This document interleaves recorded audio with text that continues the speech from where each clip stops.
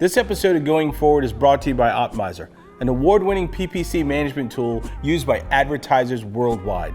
Save time and boost the performance of your PPC campaigns on Facebook, Amazon, and Google or Microsoft. Get a 14-day free trial at optimizer.com/go/VIP. You're listening to the AdCast with your host, Eric Elliott. Hey, what's up, everybody? This is Eric with the AdCast, and I got an awesome guest today, and he's an author, he's an advertiser, and he even knows Spike Lee. And we're going to talk about this amazing book that he has written. But first, I want to give you a word from our sponsor, our new sponsor, the folks over at Optimizer. Fred and his team, I want to tell you guys, we love you. We thank you so much for being a sponsor of the show. And if any of you guys are marketing agencies or serious professionals, and you have a PPC campaign, you cannot operate a PPC campaign manually on your own. The best thing to do is get a system that's going to work for you and have your back. And I want to thank our folks at Optimizer for being sponsors of the show. And in this episode, I want to let you know it's brought to you by Optimizer. They are an award-winning PPC management tool used by advertisers worldwide to save them time and boost the performance of ad campaigns on Google, Microsoft, Amazon, and Facebook.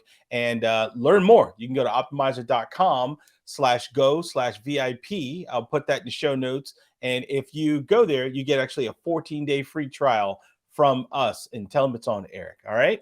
Awesome. Now let's going to get to the show. I want to talk to my man today, Mr. Mark Robinson. Mark, how are you doing today, man? I'm doing fabulous. How about yourself, Eric? Man, I'm good. I am really good. And I'm glad to have you in the show. I feel like I'm on the show with a giant today. I know you're going to be a little modest, but you got a lot of things going on. And Mark, for those people who don't know exactly who you are or what you do, would you be so kind as to tell them who you are? Well, I am a veteran of the advertising agency business. I've been in the business. This is my 45th year. Oh, congratulations. And there's probably a whole crowd of people waiting for me to get out of the business, but still here, still standing. Yep. Worked for a number of different New York agencies over the course of the years. Started out my career on the mainstream general market advertising side of the business. Mm-hmm. And about halfway through transitioned to multicultural marketing. I went to work at Uniworld, which back in the 90s was the largest African-American and minority-owned agency in the country. And since then have worked for pretty much a top-shelf selection of other multicultural ad agencies, including working with Spike and co-founding Spike DDB. For those folks who don't know who Spike is, and you hear Mark just saying Spike, we're talking about the one and only Spike Lee. You know, Mark, only you are qualified to really say Spike. I can't do that. All right. So now you're an ad vet, and you know immediately when people hear an ad veteran in the New York area, they're thinking Mad Men, those kind of people. But interesting enough, and I want to definitely get around all this stuff about the past and everything and what led up to it. But you have a really interesting book. Let's talk about that book, man. Tell me about that book, and why did you write it? Well, the book has an interesting origin story because I was actually working on another book at the time, and while I was writing that other book, a handful of stories started to emerge in my head that I wrote down, and it was like this voice in my head that was insistent on you got to capture this story. Mm-hmm. It was insistent on being told in that way. So I took aside some time, wrote those stories down. They ended up ultimately being chapters in the book that I have now, which is called Black on Madison Avenue. Yeah. I shared those initial chapters with Judan Pollack, who's the executive editor at Advertising Age. Mm-hmm. And she said, these sound like they're from a book. And I said, well, not yet. She says, well, then go write the damn thing. So you didn't know you were writing a book. You were just kind of journaling it almost, right? Absolutely, absolutely. Which is the best Um, way to do it. yeah. And what I was writing was my own personal story Mhm. of my career as a Black professional in the advertising agency business. But as I kept on writing, what emerged was really a lot more than just my personal story. Mhm. And it became more about the story of all Black professionals in the ad agency business, and, how we have struggled to find our place and to find a welcome place in the business, and what we have to do to thrive and survive in that business. Because what most people really don't know is that the advertising agency business is one of the most undiverse white collar professions in America. I agree with you 100%. In the back of me, you'll see the signs that say "Be Great." And for those of you who may be listening just to the audio only, I invite you to go to YouTube. But behind me, you see the sign that says "Be Great."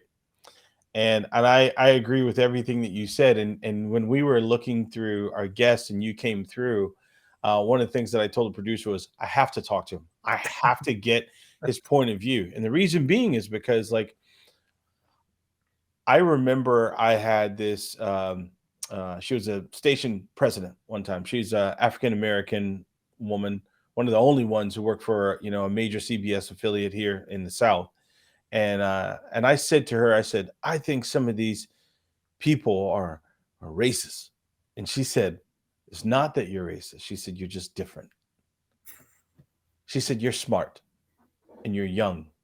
And some people they don't know how to take that. And you're just different from who they are used to, is what Yep. she said. And I there's a line here that I wanted to come to, and it said, through the pages of Black on Madison Avenue, Mark tells a story of being the only one maintaining one's core moral compass, rising up the ranks, and then moving on to one's own shop, while also giving the reader an industry history coupled with Black history, civil rights.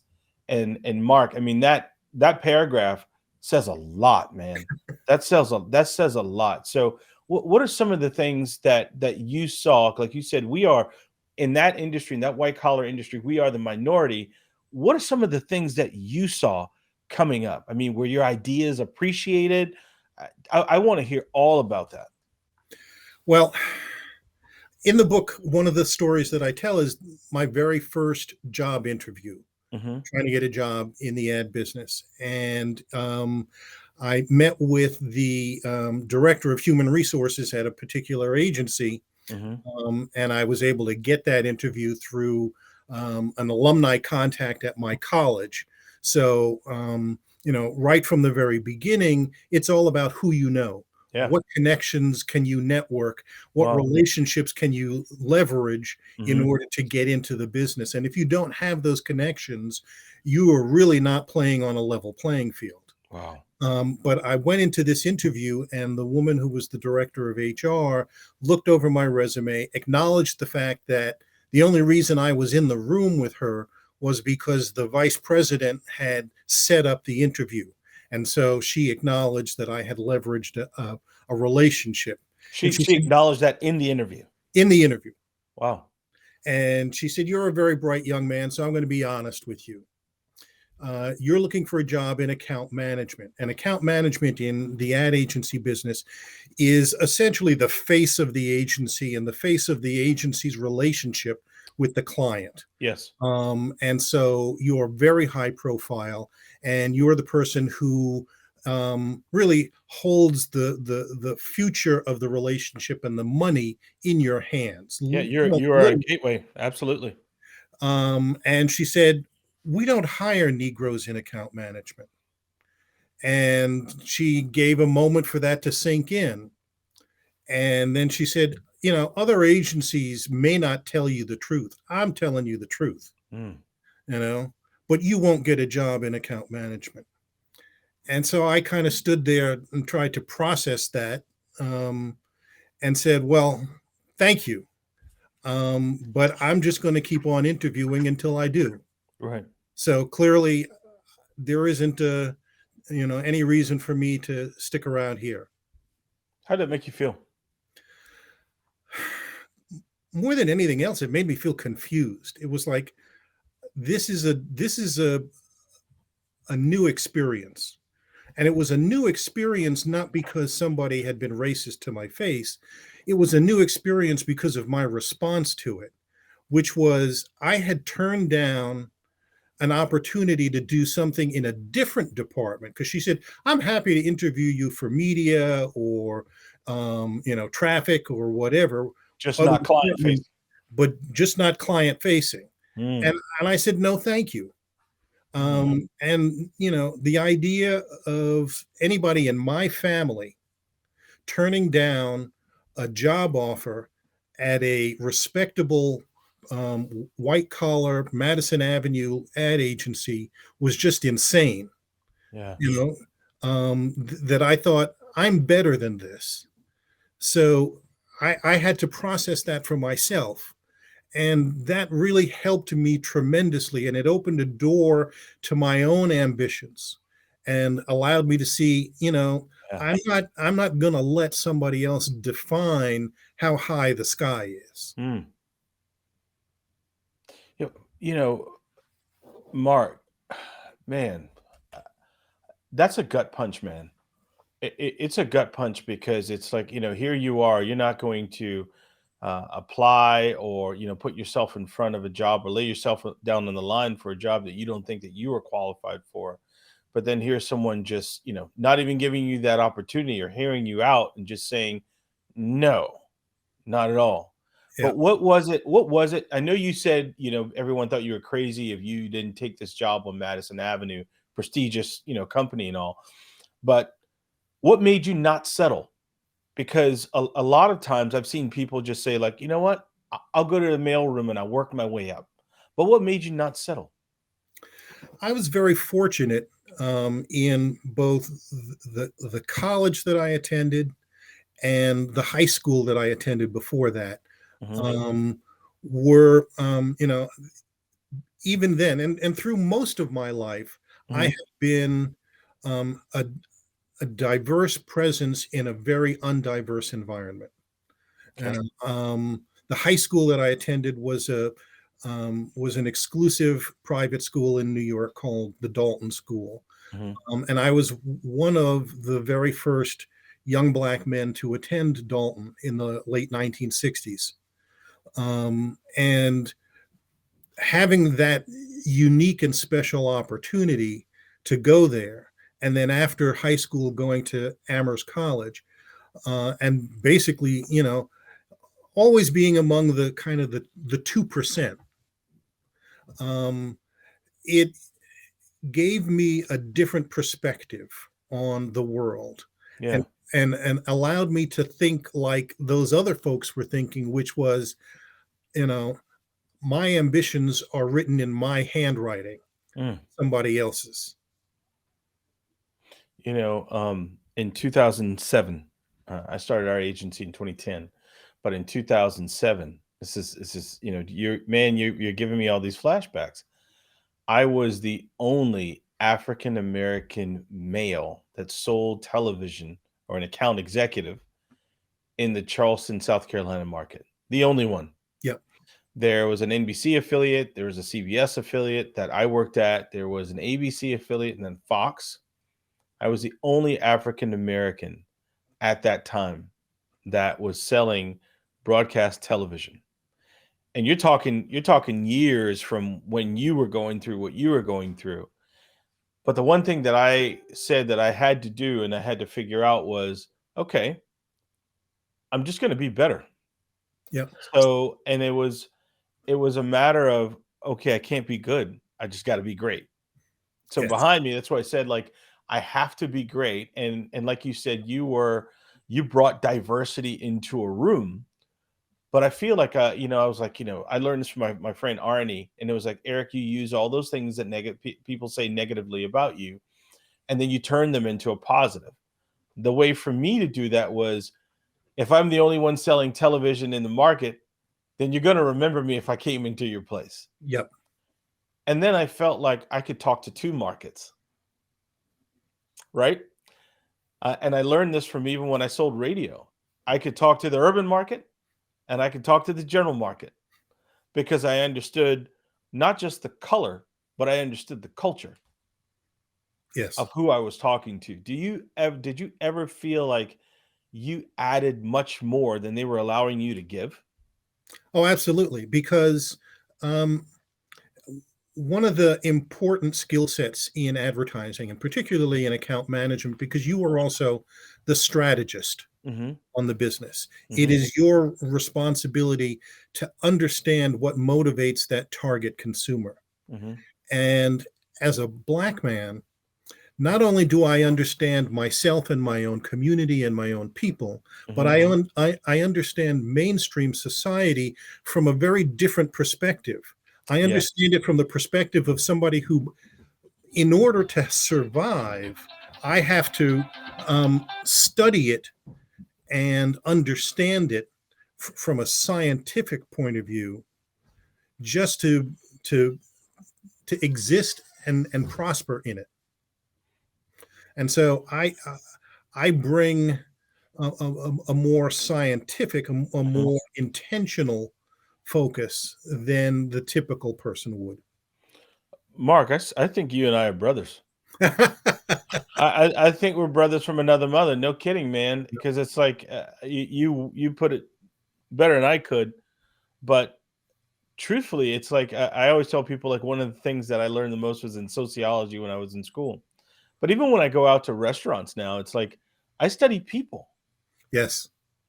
I study people. I look at what they respond to, and then sometimes those are the best. That's the best research that you can get that other people just can't get.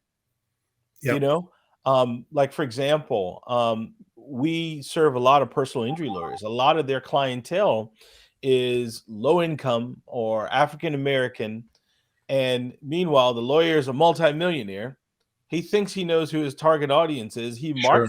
He markets a certain way, but he doesn't get the strategy that goes behind it because he's a talent piece. Yeah. They don't understand the color, nor do they understand the culture. They're just advertising. You get what I'm saying? Oh yeah. So I mean, tell me about a time where you used that scientific knowledge that you have and you brought that into a room and you made a huge difference. I mean, tell me about that. Because that lady, whoever told you a long time ago she couldn't hire you, she's got to be real. She had to have been real pissed off later to be able to see you right now. So, Um, Gosh, let me think of a good example. Um, you know, I think working on the Coors Light, mhm. um, uh, we developed a campaign called the Coors Light Show. Mm, And the Coors Light Show was not something you could put your finger on and say, oh, that's what that is. mm, It was many different things. And what made it successful was its ability to morph and change um, almost instantaneously. But the essence of the idea was that the Coors Light Show mimicked a relationship between close friends. And what makes that person your close friend is, if you hang out with them, you're going to have a good time. And they're going to introduce you to things you didn't know about.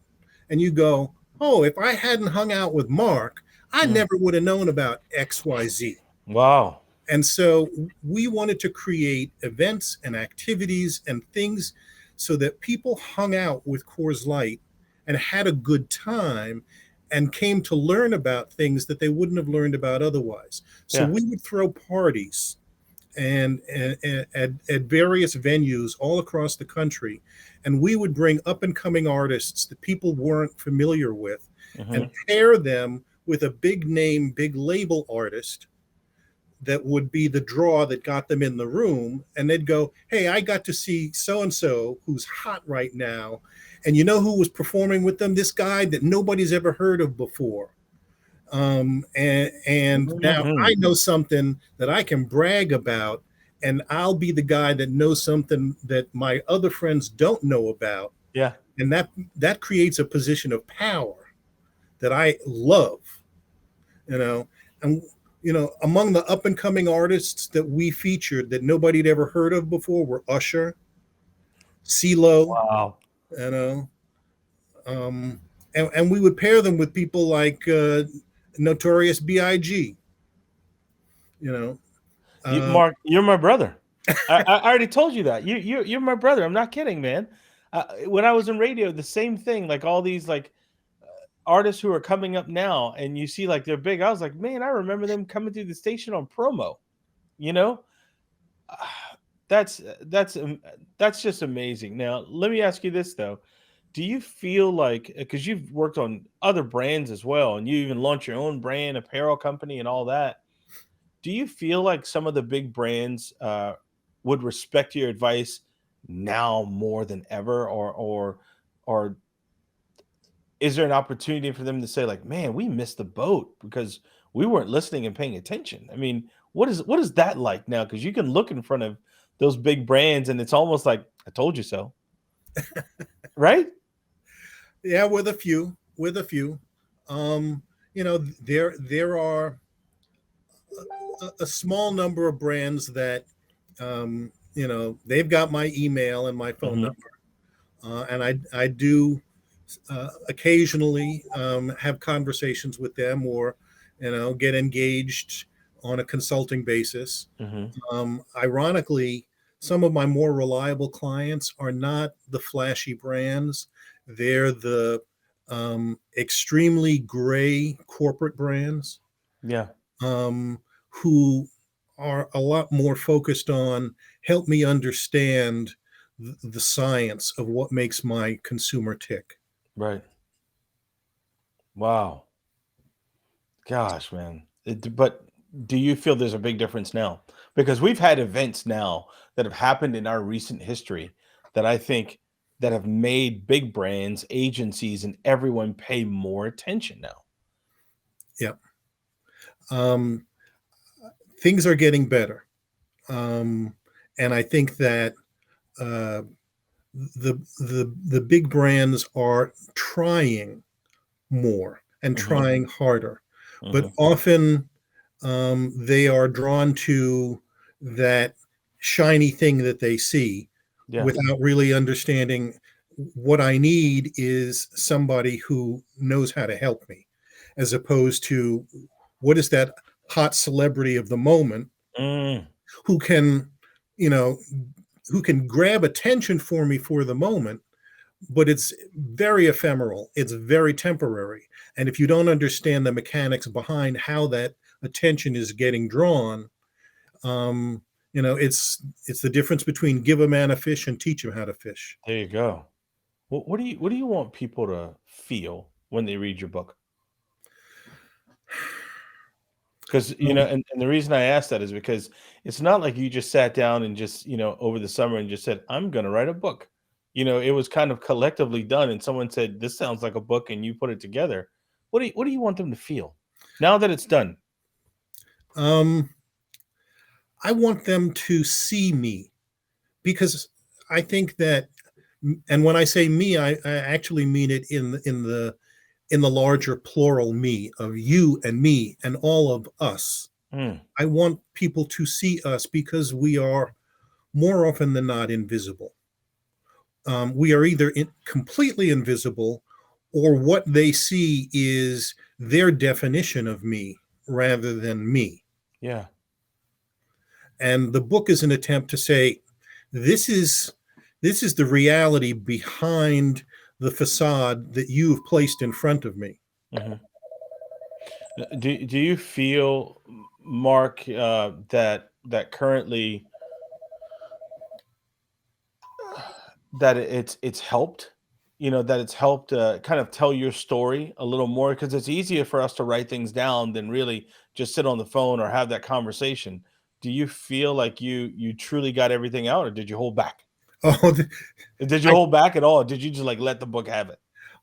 there's a lot that's held back. There's a whole lot that's held back. Some of it is simply because you can't write the Encyclopedia Britannica, Hmm. and some of it's because I happen to have the benefit of some very, very smart lawyers who say, no, you can't put that in there. No. Right, right. No, I mean, but it's still, I mean, a good reel. You want people to feel a certain way. You want them to be able to see you, but what is it that you want them to see? And you want them to see you and understand you and know that you are more than what they've heard about. But what do you want them to see?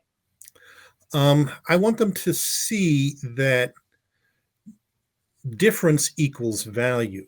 Mm, Because for a lot of people, particularly in this business, but people in general, um, they see difference equals darkness. Difference equals an unknown that creates fear. Because if it's different, it's something I don't know and I don't understand. And if I don't understand it, it makes me uncomfortable and I'm afraid of it. So I want people to see that difference equals value. in all my years of hearing some really good stuff, that is I'm quoting you on that, and I don't be surprised if I steal it from you, Mark. But go deeper into that part. The difference, the difference versus people thinking, it equals something else. What they don't understand doesn't equal value. I get that part because then that is kind of prejudging Yeah. almost. So, I mean, talk to me about the difference equals value and tell me how you, being so different and being the differentiator at the time, how you brought value. Okay. Well, first I have to say, in terms of stealing quotes, my staff maintains a journal, Mhm. and the name of the journal is Shit Mark Says.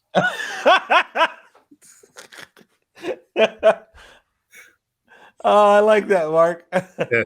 That's So the next. That's they're the next constantly book. writing down things. I don't know if that is a good thing or a bad thing My or people send it whatever. to me on Slack, and Yeah. they send it to me on Slack. So, to the audience, the first thing is you're hearing the next book. It's going to be called "Shit Mark Says."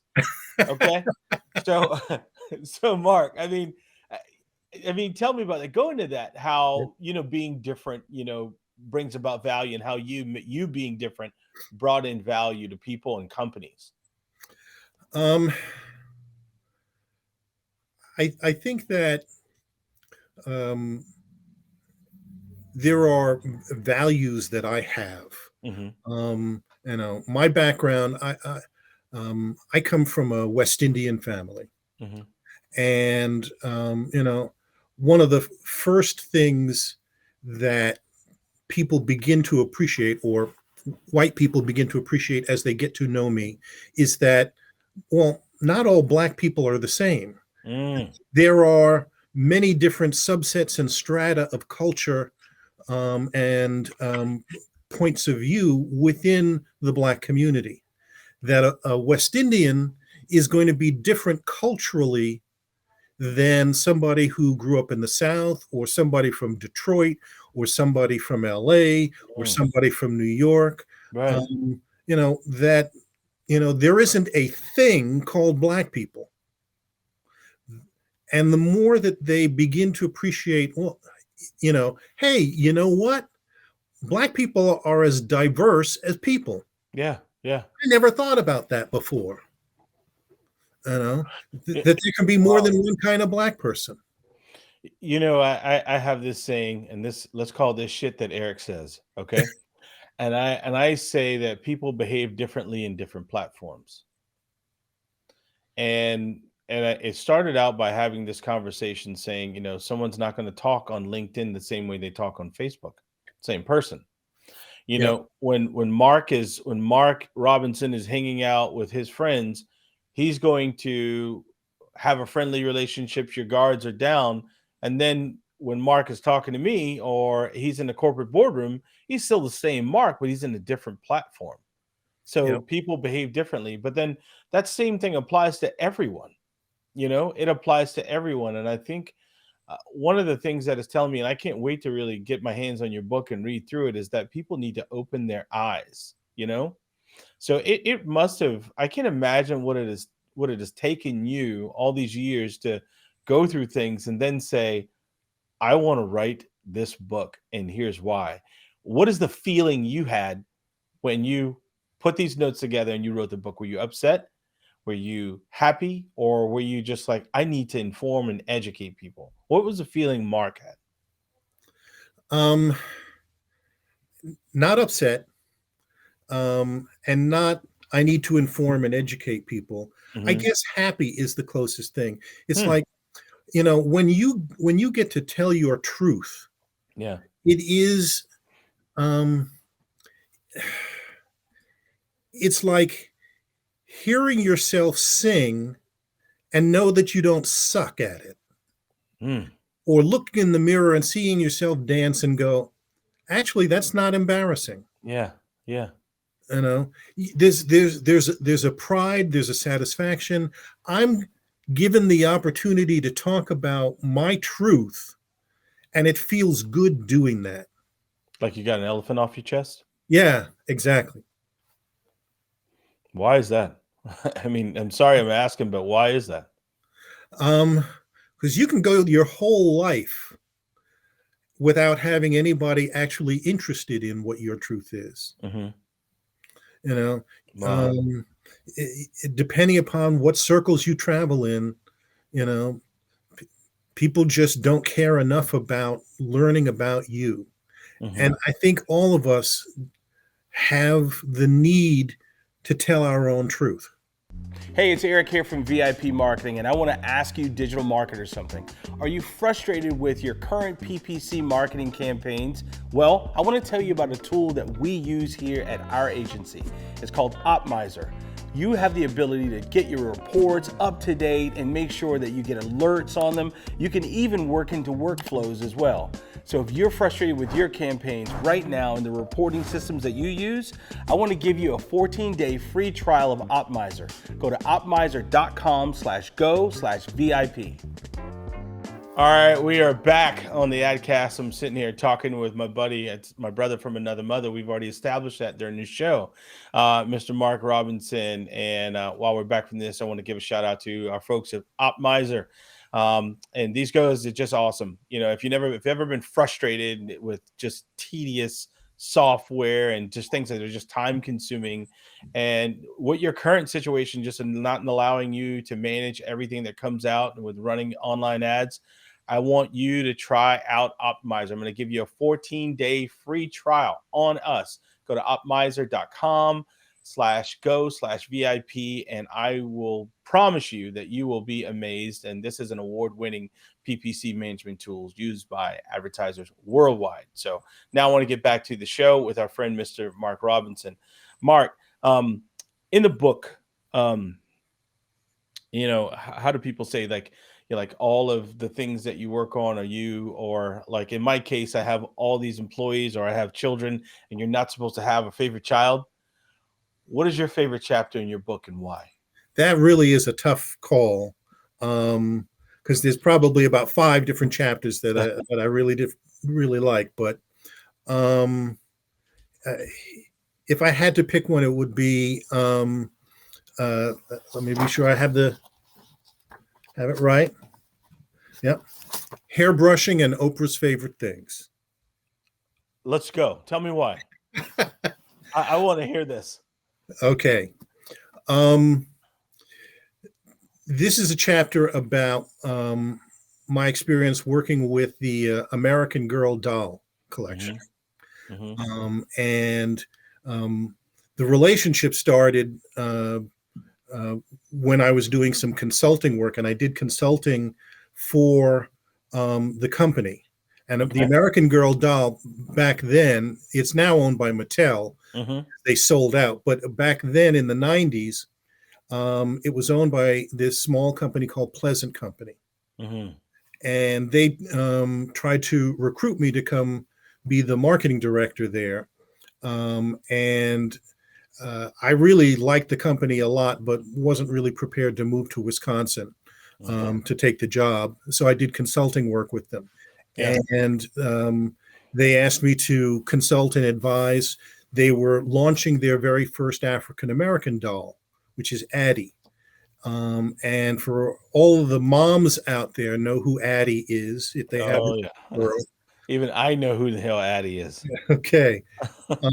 And I worked with this all-star team of people, including Lonnie Bunch from the National African American Museum, consulted and advised on this. On the they went all out to do the proper research to create an authentic doll and doll character. And one of the things that was part of the design and development process that I'm most proud of was Addie's hair. Because I said, Addie has to have hair that is brushable. That one of the things that is at the heart of the relationship between mothers and daughters is little girls getting their hair brushed by their moms. That is a bonding experience between the two. And those little girls want to replicate that experience with their dolls. Yeah. But particularly back then, and this is the early 90s, right, there were very, very few black dolls, period. And the ones that were out there did not have brushable hair. And so little black girls, if they wanted to brush their doll's hair, had to brush a white doll's hair. Now, that's okay, but it's less than ideal. There are all kinds of issues of representation and being able to reinforce self-image and self-pride. And so one of the points that I made to the team was that Addie had to have brushable hair. How did they take that? Little girl had to have that experience. Only from experience and strategy could someone make that kind of argument when creating a product. By saying to a team, not just offering opinion, saying she has to have a different kind of hair, brushable hair, but the fact that you said there's a connection between an African American child and their mother with doing their hair. That's how the moments are made. It's almost like an old saying. It's like, you don't make friends at the meeting, you make friends in between the meetings. And that is almost like that's part of that relationship where mom's guard is usually let down and daughter's guard is usually let down, and they bond.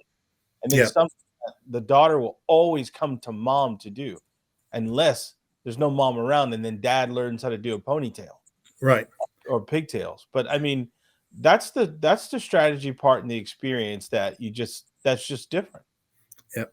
Your counterparts couldn't have done that. Well, I don't want to presume, but that was one of my contributions to the development process. And then as we launched Addie, one of the things that we built into the marketing plan was there have to be experiences. It's impossible to explain the full story of who Addie is and what Addie is in a 30-second commercial. Yeah. So you have to reach beyond that. You have to have, in-person experiences. And so we set up a whole bunch of different in-person experiences, including ice cream socials and reading sessions in local community libraries and so forth. And we set up this grand experience at the National Black Family Reunion in Washington, D.C. that gets about 25,000 people attending on the National Mall in D.C. And we set up these huge tents. And inside the tent, we would have a little comfortable chair, a child's chair, and a little side table. And we had a dozen of those inside the tent. And little girls could line up, come inside, sit in the chair, and brush Addie's hair. And we had a line going for hundreds of people, hundreds of little girls waiting to come in and do that experience. They would wait for an hour or two for their chance to spend 15, 20 minutes in the tent with a doll. What era was this? This was 1993.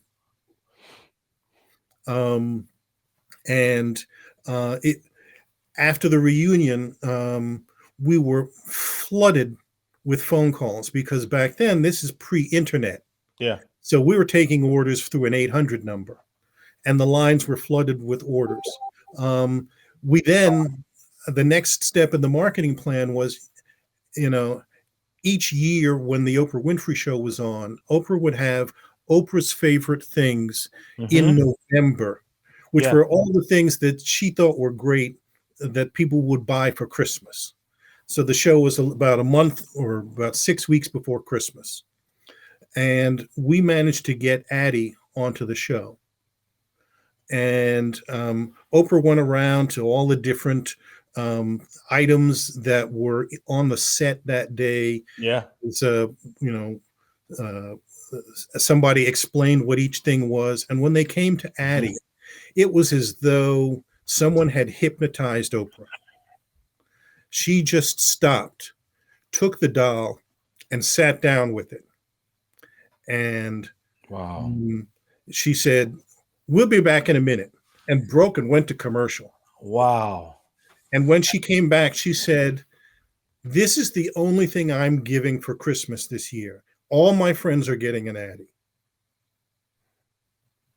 And that really touches home for her, especially where she came from, Yeah. how she came up, and to be able to see that, um, that's huge for her. Yep. And Mark, so you've worked in these different places, these different corporations.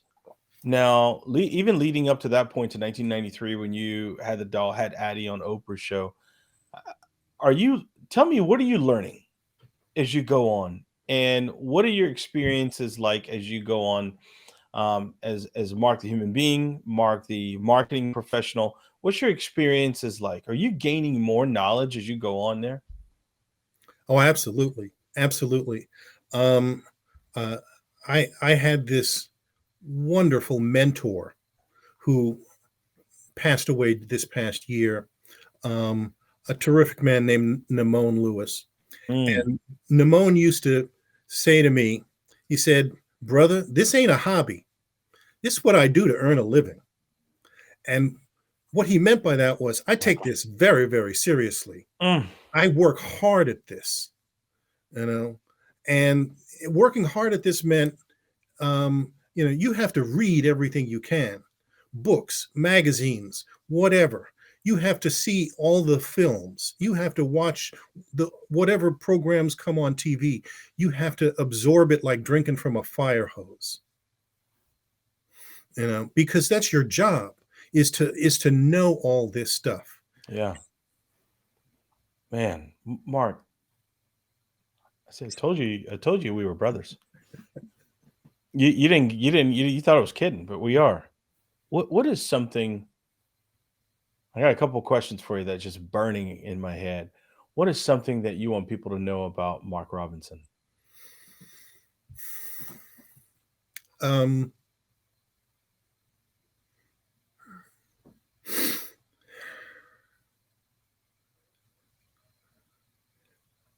I think that I'm a good storyteller. That comes from paying attention to the world around me. Wow. That I try very hard to pay attention. Hmm. And that is one of the mantras, like "be great," that I tell my folks. I'm constantly saying, "Pay attention," Mm. you know, because it's all happening right in front of you. But so many people just aren't looking. Man, that's gonna be a soundbite right there. Now, let's just say, Mark, what year was that, when that was in the early 70s when you got turned down by that one company on Madison Ave? That was 78 Okay, so after I graduated college. 78. Mark, Mark Robinson at 1978. What would Mark today say to Mark back then? Um, I want you to think about this one now, because, there's a lot of wisdom. There are a lot of strategies that have been implemented, a lot of people that you've met. What would you say, given the experience, the things that you've worked on today, what would you say to yourself back in 1978?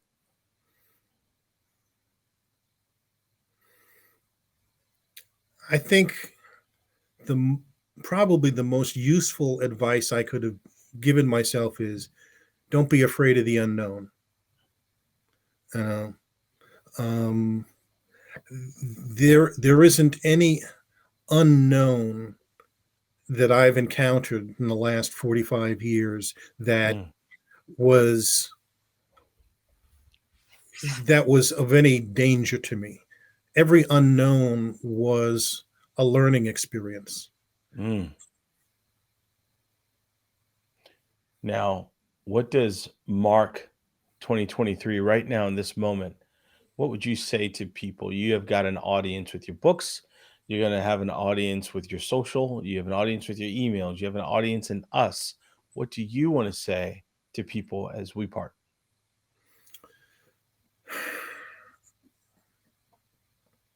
Um, I think